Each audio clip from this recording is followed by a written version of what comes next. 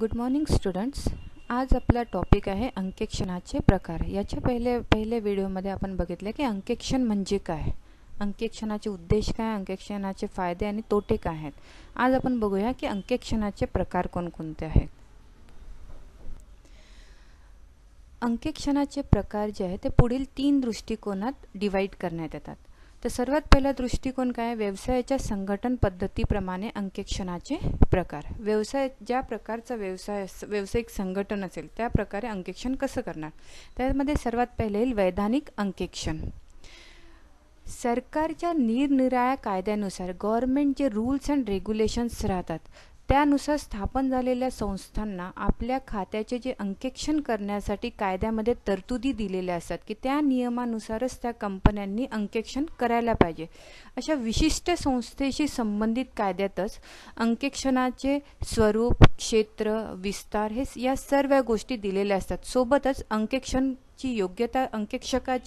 योग्यता काय राहायला पाहिजे, त्याचे कर्तव्य कोणते राहतील, अधिकार कोणकोणते राहतील, या सर्वबद्दल माहिती दिलेली असते. म्हणजे त्या सरकारी नियमानुसार किंवा कायद्यानुसार जे रूल्स अँड रेग्युलेशन्स बनलेले असतात त्याच्यामध्ये पूर्ण डिटेल्स दिलेलं असतं की तुम्हाला अंकेक्षण कसं करायचं आहे, अंकेक्षकाच्या लायबिलिटीज काय आहे, त्याच्या रिस्पॉन्सिबिलिटीज काय आहे, हे सर्व माहिती ज्याच्यामध्ये दिलेले असेल. आणि या विविध कायद्यानुसार ज्या संस्थेचे अंकेक्षण होते त्याला वैधानिक अंकेक्षण असे म्हणतात. आता वैधानिक अंकेक्षणाचे 3 प्रकार आहेत. सर्वात पहिले आहे कंपन्यांचे अंकेक्षण. कंपन्यांचे अंकेक्षण म्हणजे काय की 2013 किंवा त्याच्या पहिले पण होता भारतीय कंपनी कायदा. त्यानुसार प्रत्येक कंपनीला काय करायचं आहे, वार्षिक अंकेक्षण जे आहे ते करायचं आहे किंवा वही खात्यांचे अंकेक्षण जे आहे एका विशिष्ट योग्यता असलेल्या अंकेक्षकाकडून करून घ्यायचे आहे. आणि हे अंकेक्षण करणं कायद्यानुसार कंपल्सरी आहे, अनिवार्य आहे. या कंपनी कायद्यातच अंकेक्षणाशी संबंधित सर्व मुद्दे निश्चित आणि स्पष्ट करण्यात आलेले आहेत. या कायद्यामध्ये हे पण दिलेले आहे की कंपनीच्या अंकेक्षकाची नियुक्ती भागधारकांच्या हितासाठी होईल आणि संचालकांचे कार्याचे निरीक्षण करण्यासाठी अंकेक्षकाची नियुक्ती केली जाईल आणि तो अंकेक्षण करेल. बघा, कंपन्यांमध्ये जे आहे ते कोणाचे पैसे राहतात, भागधारकांचे पैसे राहतात. तर कंपनी चालवण्याचा मेन अधिकार जो असतो तो कोणाजवळ असतो, भागधारकांकडे असतो. भागधारक जे आहे ते संचालक मंडळाची निवडणूक करून देतात आणि संचालक मंडळाची निवडणूक करताना किंवा संचालक मंडळाची निवडणूक झाल्यानंतर ते लोक व्यवस्थित काम करत आहे किंवा नाही, कंपनीला किती फायदा किंवा तोटा होतो हे बघण्यासाठी काय केलं जाते, अंकेक्षकाची नियुक्ती केली जाते. तर वैधानिक अंकेक्षणाचा पहिला प्रकार कोणता आहे, कंपन्यांचे अंकेक्षण. दुसरा आहे प्रन्यासाचे अंकेक्षण. प्रन्यास म्हणजे ट्रस्ट. आता ट्रस्ट कोणते राहतात, 2 प्रकारच्या ऑर्गनायझेशन असतात, एक प्रॉफिट ऑर्गनायझेशन आणि एक नॉन प्रॉफिट ऑर्गनायझेशन. आता प्रॉफिट ऑर्गनायझेशन म्हणजे काय झालं, कंपनीज झाल्या. आता नॉन प्रॉफिट ऑर्गनायझेशन म्हणजे काय झालं, जसं दवाखाने झाले, मंदिर झाले, अनाथ आश्रम झाले. हे जे राहतात, या ज्या संस्था जे राहतात ते कोणासाठी काम करतात, समाजासाठी काम करतात. आणि या संस्था ज्या आहेत त्या कशाच्या अंडर येतात, ट्रस्टच्या अंडर काम करतात. तसंच एखादा मुलगा मायनर असेल किंवा एखादी महिला विधवा स्त्रीच्या हित संरक्षणाच्या दृष्टीने पण काय केलं जातं, ट्रस्टची किंवा प्रन्यासाची स्थापना केली जाते. धार्मिक कार्य, गरिबांची मदत करण्यासाठी पण प्रन्यासाची स्थापना केली जाते. ज्याकरिता प्रन्यासाची स्थापना केली जाते ते वही खात्यांची तपासणी करण्यास योग्य अशा अंकेक्षकाची काय केली जाते, नियुक्ती केली जाते की ते जे प्रन्यास जे आहे, ट्रस्ट जे आहे, ज्या कामासाठी त्याला एस्टॅब्लिश करण्यात आलं आहे, स्थापना ज्या त्याची करण्यात आली आहे ते व्यवस्थित काम करतायत किंवा नाही करत आहे हे तपासण्याचं काम जे आहे ते कोण करतं, अंकेक्षक करतो. आणि त्या प्रकारच्या अंकेक्षणाला म्हणतात प्रन्यासाचे अंकेक्षण. कंपनी आणि ट्रस्ट सोडून बाकी इतर ज्या काही संस्था जे राहतात ते येतात अन्य संस्थेचे अंकेक्षण. आता बेसिकली संस्था म्हणजे कोणत्या, एक प्रायव्हेट राहतील, एक ट्रस्ट राहील आणि तिसरं जे आहे ते राहतात गव्हर्नमेंट ऑर्गनायझेशन्स. तर पुष्कळशे अशा संस्था आहेत ज्यांची निर्मिती जी आहे किंवा स्थापना जी आहे ती सरकारी कायद्यानुसार केली जाते. जसं रिझर्व्ह बँक, स्टेट बँक, भारतीय वित्त महामंडळ, सहकारी संस्था, विद्युत व गॅस पुरवठा कंपन्या इत्यादी. या सार्वजनिक संस्था ज्या विशेष कायद्यानुसार स्थापन झालेल्या असतात त्या कायद्यानुसारच संस्थेचे अंकेक्षण अनिवार्य केले जाते. या कायद्यामध्येच अंकेक्षकाचे अधिकार, कर्तव्य, जबाबदारीही ठरविले जातात. तर ह्या गव्हर्नमेंटने दिलेल्या, सरकारने दिलेल्या कायद्यानुसार अंकेक्षण करणे आणि त्या कायद्यामध्येच अंकेक्षकाचे जे विविध अधिकार, जबाबदाऱ्या निर्धारित करून दिलेल्या असतात त्याला म्हणतात वैधानिक अंकेक्षण. दुसरा प्रकार आहे खाजगी किंवा व्यक्तिगत अंकेक्षण. ज्या संस्थांच्या वही खात्यांचे अंकेक्षण कोणत्याही कायद्यानुसार अनिवार्य करण्यात आलेले नसते त्या संस्थेच्या अंकेक्षकाला व्यक्तिगत अंकेक्षण किंवा ऐच्छिक अंकेक्षण असे म्हणतात. म्हणजे कायद्यानुसार त्या संस्थेला अंकेक्षण करण्याची गरज नाही आहे, ते त्यांच्या इच्छेवर आहे, त्या संस्थेच्या इच्छेवर आहे की त्यांना अंकेक्षण करायचं आहे किंवा नाही करायचं. याला म्हणतात खाजगी किंवा व्यक्तिगत अंकेक्षण. खाजगी अंकेक्षणाचे पुढील 3 प्रकार आहेत. एकल व्यापाऱ्याच्या वही खात्यांचे अंकेक्षण. एकल व्यापाऱ्याच्या वही खात्यांच्या अंकेक्षणामध्ये येतं की एक सिंगल सोल ट्रेडर जो आहे तो छोटा व्यवसाय पण असू शकतो, मीडियम लेवलचा पण असू शकतो किंवा मोठ्या लेवलचा पण असू शकतो. हे त्याच्या इच्छेवर निर्धारित आहे की त्याला अंकेक्षण करायचे आहे किंवा नाही करायचे. एकल व्यापाऱ्याकरिता अंकेक्षण आवश्यक नसते तरी त्याचा आयव्यय जर जास्त असेल, इन्कम एक्सपेन्सेस जर जास्त असतील किंवा त्याच्याकडे मोठ्या संख्येमध्ये कर्मचारी काम करत असतील किंवा त्याचा व्यवसाय जो आहे ते विविध अभिकर्त्यांमार्फत किंवा एजंटमार्फत करण्यात येत असेल तर अशा व्यवहाराची तपासणी करण्याकरिता काय केलं जातं, वही खात्यांचे अंकेक्षण केलं जातं. आता याच्यामध्ये अंकेक्षकाचे जबाबदारी जी आहे ते निर्धारित कशावर असते, एकल व्यापारी आणि अंकेक्षक या दोघांच्या म्युच्युअल अंडरस्टँडिंगवर, एकमेकांच्या सोबत एकमेकांच्या इच्छेवर अवलंबून असते की अंकेक्षण कधी करायचं आहे, त्याचे अंकेक्षकाचे अधिकार काय राहतील, कर्तव्य काय राहतील आणि जबाबदाऱ्या काय राहतील.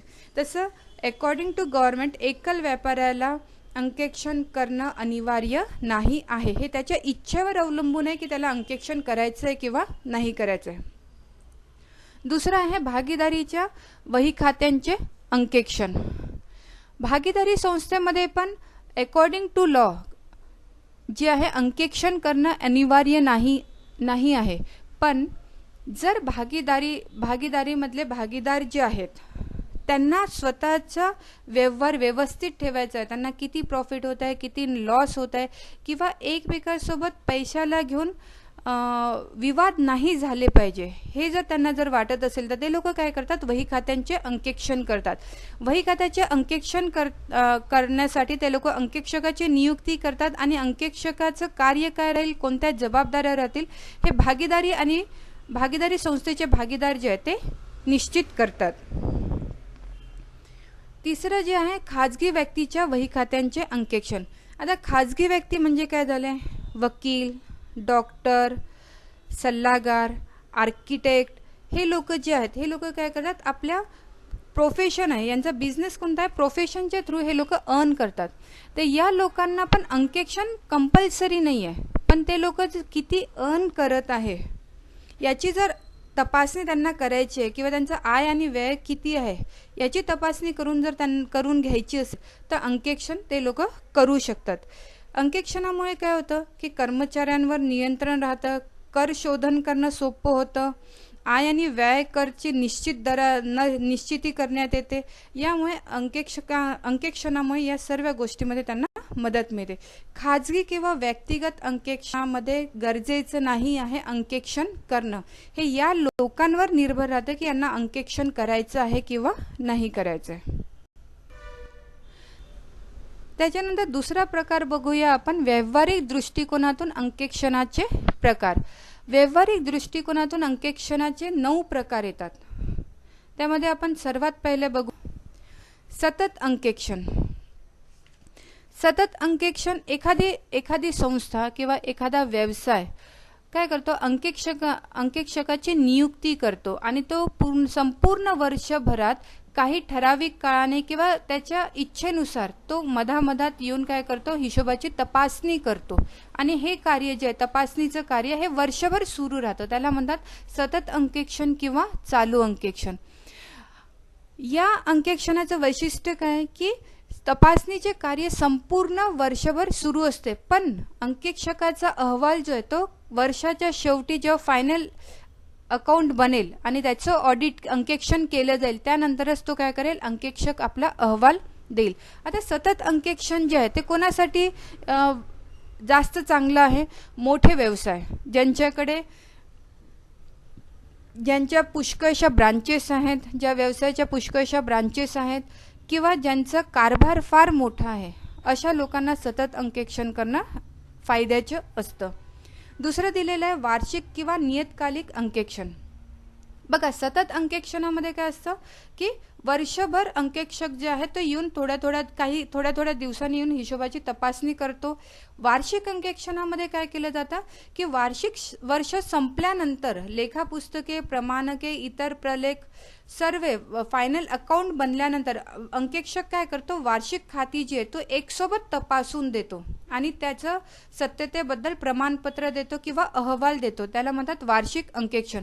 वार्षिक अंकेक्षण वर्षाच्या शेवटी सर्व फायनल अकाउंट्स तयार झाल्यावर, सर्व खाती तयार झाल्यानंतर केलं जातं. सतत अंकेक्षण कंटिन्युअस अंकेक्षणाचं कार्य जे आहे ते सुरू असतं. तिसरा प्रकार आहे ताळेबंदाचे अंकेक्षण. अर्थात ताळेबंदाचे अंकेक्षण, ताळेबंद म्हणजे काय? Balance sheet. बघा, ज्या वेळी कोणतीही व्यक्ती, भागीदारी संस्था किंवा व्यापारी संस्था फक्त बॅलन्स शीटच्या व्यवहारांची तपासणी करण्याकरता अंकेक्षकाची नेमणूक करते, त्याला म्हणतात ताळेबंदाचे अंकेक्षण. आता बॅलन्स शीट किंवा ताळेबंदामध्ये काय येतं? संपत्ती आणि देयता, म्हणजे असेट आणि लायबिलिटी. तर बॅलन्स शीटमध्ये जे टर्म्स आलेले आहेत त्या टर्म्सशी रिलेटेड फक्त त्यांची तपासणी करणे, त्याचे सत्यापन करण्याचं कार्य ज्या अंकेक्षणामध्ये केलं जातं त्याला म्हणतात ताळेबंदाचे अंकेक्षण. फक्त बॅलन्स शीटची तपासणी त्याच्यामध्ये केली जाते आणि त्याच्या सत्यापनाची जाच केली जाते. ही पद्धती जी आहे ती अमेरिकेमध्ये सर्वात जास्त लोकप्रिय आहे. ताळेबंदाच्या अंकेक्षणामध्ये नफा तोट्या खात्याचे किंवा ट्रेडिंग अकाउंटचे कधीही सत्यापन केले जात नाही. फक्त कशाचे केले जाते? ताळेबंदाचे सत्यापन केले जाते. चौथा आहे रोखेचे अंकेक्षण. ज्यावेळी कोणतीही संस्था, कोणत्याही प्रकारची, मग ते एकल व्यक्ती असू द्या, भागीदारी संस्था असू द्या किंवा अन्य व्यापारी संस्था असू द्या, विशिष्ट कालावधीसाठी रोख व्यवहारांची म्हणजे रोख विभागाच्या खात्यांची तपासणी करण्याकरता अंकेक्षकाची नेमणूक करते, त्याला रोखीचे अंकेक्षण असे म्हणतात. आता रोखीच्या अंकेक्षणामध्ये 2च गोष्टीची तपासणी केली जाते, रोख प्राप्ती आणि रोख शोधन. या रोख प्राप्ती आणि रोख शोधनशी संबंधित जितकेही व्यवहार किंवा त्याचे प्रमाणके असतील त्याची तपासणी करून जे आहे ते रोखेचे अंकेक्षण केले जाते.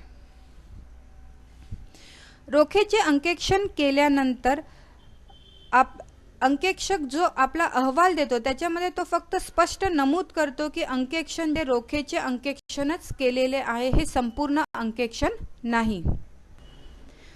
त्याच्यानंतर 5वं आहे परिव्यय किंवा लागत अंकेक्षण. बघा, 1956च्या कंपनी कायद्यानुसार किंवा त्याच्यामध्ये करण्यात आलेल्या संशोधनानुसार उत्पादन निर्मिती व खनन कार्यात गुंतलेल्या कंपन्यांना काही विशिष्ट परिस्थितीत जे आहे ते परिव्यय लेखे जे आहे ते मेंटेन करावे लागतात आणि त्या परिव्यय लेखनाचे अंकेक्षण करणे अनिवार्य करण्यात आलेले आहे.